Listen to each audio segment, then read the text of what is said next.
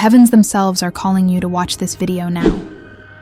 Take a moment, breathe deeply, and prepare to uncover truths that will shake your spiritual understanding to the core. The mysteries of the angels, the demons, and the very nature of temptation are about to be revealed. And you must know what happens when even the greatest beings in existence failed to resist the most primal of urges. The heavens, vast and filled with unimaginable light, were once home to beings of purity, wisdom, and strength. They stood as guardians of divine order, created to reflect the brilliance of the Almighty.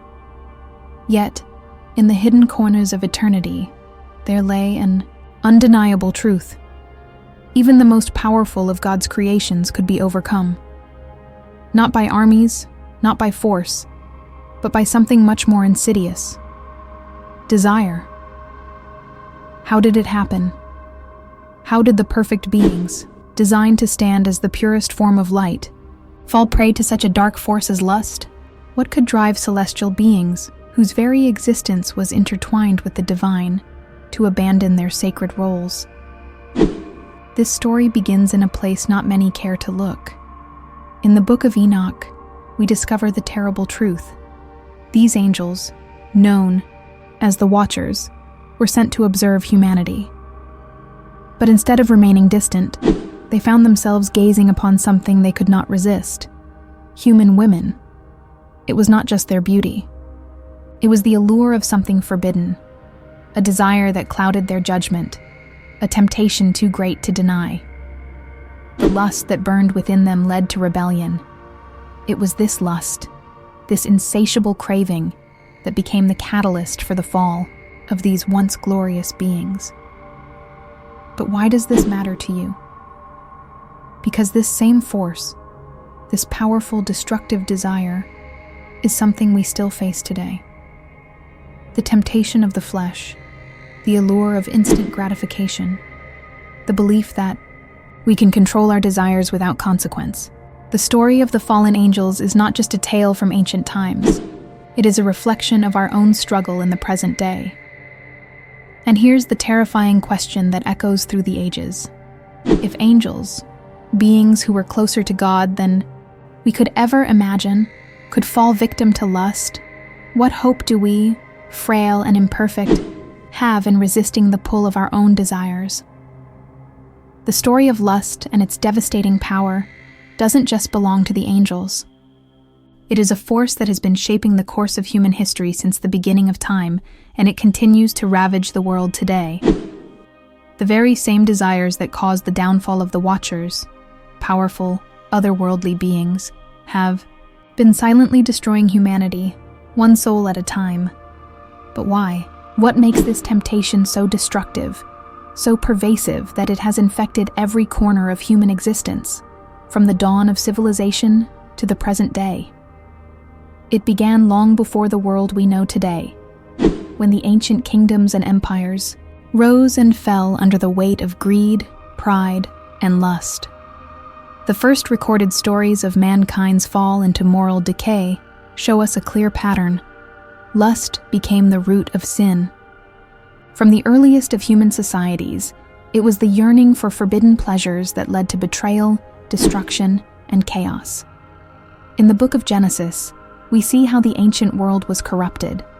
The Nephilim, the offspring of the fallen angels, and human women became giants in both size and influence. These beings, part angel and part human, were symbols of a broken world where desires went unchecked, and the consequences of those desires spread like a disease. Their very existence was a sign of what happens when lust crosses the line between the spiritual and the physical, when desires meant to be controlled are allowed to run rampant. But the influence of lust didn't stop there. As human history progressed, the same force that drove the angels to rebel also fueled the corrupt practices of kings, queens, and warriors. The ancient rulers of the world, from Egypt to Babylon, from Rome to Greece, were often led by their passions. These were men and women of immense power, but their downfall came when they allowed their desires to rule over them. They took wives and concubines beyond what was lawful, indulged in excesses, and betrayed their people and loved ones. The consequences of such actions were felt throughout entire nations. Wars were fought, alliances were broken, and kingdoms fell. In the case of King David, the lust for Bathsheba led him to commit adultery and murder, setting off a series of events that would lead to turmoil in his kingdom and in his own personal life. His story is a tragic reminder of how unchecked lust can lead not just to personal ruin, but to national calamity. Even the mighty and righteous are not immune to its grasp. This destructive force didn't just stay in ancient times. It continued to ripple through human history, reaching the modern age where it takes new and insidious forms. In today's world, lust is no longer just about physical attraction. It has evolved into a societal disease that fuels the breakdown of relationships, marriages, and entire communities. Adultery has become so common in modern society that it's almost viewed as a normal part of relationships. People enter into commitments, marriages, partnerships, but fall prey to the same powerful force that led the angels to rebel in the first place. Cheating, dishonesty, betrayal, broken families. All these are the consequences of the same desires that once destroyed the angels. These actions are a reflection of a deeper, spiritual battle, the same battle the Watchers lost in the heavens, and that humanity continues to lose on earth today. Lust and desire pull people into a dark abyss, and often, once they fall in, they find it nearly impossible to climb out. Beyond relationships, lust also manifests in the media, entertainment, and advertising. We live in a society that celebrates indulgence, that urges us to chase after fleeting pleasures, to seek satisfaction wherever it can be found. But at what cost? The world bombards us with images, stories, and messages that glorify lustful desires, making it seem normal, even desirable. But in truth, it only brings destruction. It tears apart families, ravages communities, and leaves people broken and unfulfilled. We need to understand that this battle isn't just physical. Lust is a spiritual force that operates on a deeper level, targeting our hearts, minds, and souls. It is a manifestation of the darkness that took hold of the angels when they descended upon humanity, and it continues to drive humanity toward its own destruction today. But the key question remains: if angels, powerful beings of light, fell victim to lust and corruption, how can we, frail humans, ever hope to overcome it? How can we resist the powerful pull of our desires in a world that makes it harder every day to avoid temptation? It is essential to understand just how deeply God despises lust and all forms of sexual immorality. Lust, whether it is indulging in adultery, prostitution, or any form of sexual sin, is a direct affront to God's holy and perfect design for humanity. It distorts the very essence of love, which God created to be pure, sacred, and selfless. Lust, on the other hand, is rooted in selfishness, instant gratification, and a desire to exploit the beauty of God's creation for personal pleasure. It is a dark force that twists the soul and leads us away from God's righteousness. From the beginning, God warned his people about the dangers of lust. In the 10 Commandments, he clearly stated, "You shall not commit adultery." Exodus 20:14. Lust is not just about physical attraction. It is an attitude of the heart, a desire to use and abuse others for one's own selfish gain. And it's not just the act itself that God condemns, it's the heart behind it. Jesus himself made this clear when he taught that even looking at someone with lust in your heart is equivalent to committing adultery in God's eyes. Matthew 5:28. The standard God sets is not just about actions, but about what resides in our hearts.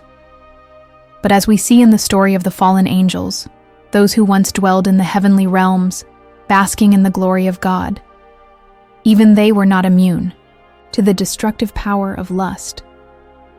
The Watchers, those rebellious angels, descended to earth, took human women as wives, and gave in to their lustful desires. Their sin wasn't just an isolated act. It was a cosmic betrayal of God's divine, order. God had warned them, just as He has warned us. And yet, they chose to follow their own desires, to cross a line they should have never crossed. And for that, they were cast into chains, imprisoned in the abyss until the final judgment. Jude 1:6. If even these mighty beings, who once walked in the presence of God, could not escape the grip of lust, what hope do we have? The answer is found only in one place: Jesus Christ. On the cross, Jesus took upon Himself the penalty for all sin, including lust, adultery, and every other form of immorality. The weight of humanity's shame and brokenness, the very desires that pull us away from God, were laid upon Him. He bore it all, so that we could be freed from the curse of lust and sin. The blood He shed on that cross was the ultimate sacrifice, the only way back to God, the only way to restore our broken relationship with Him.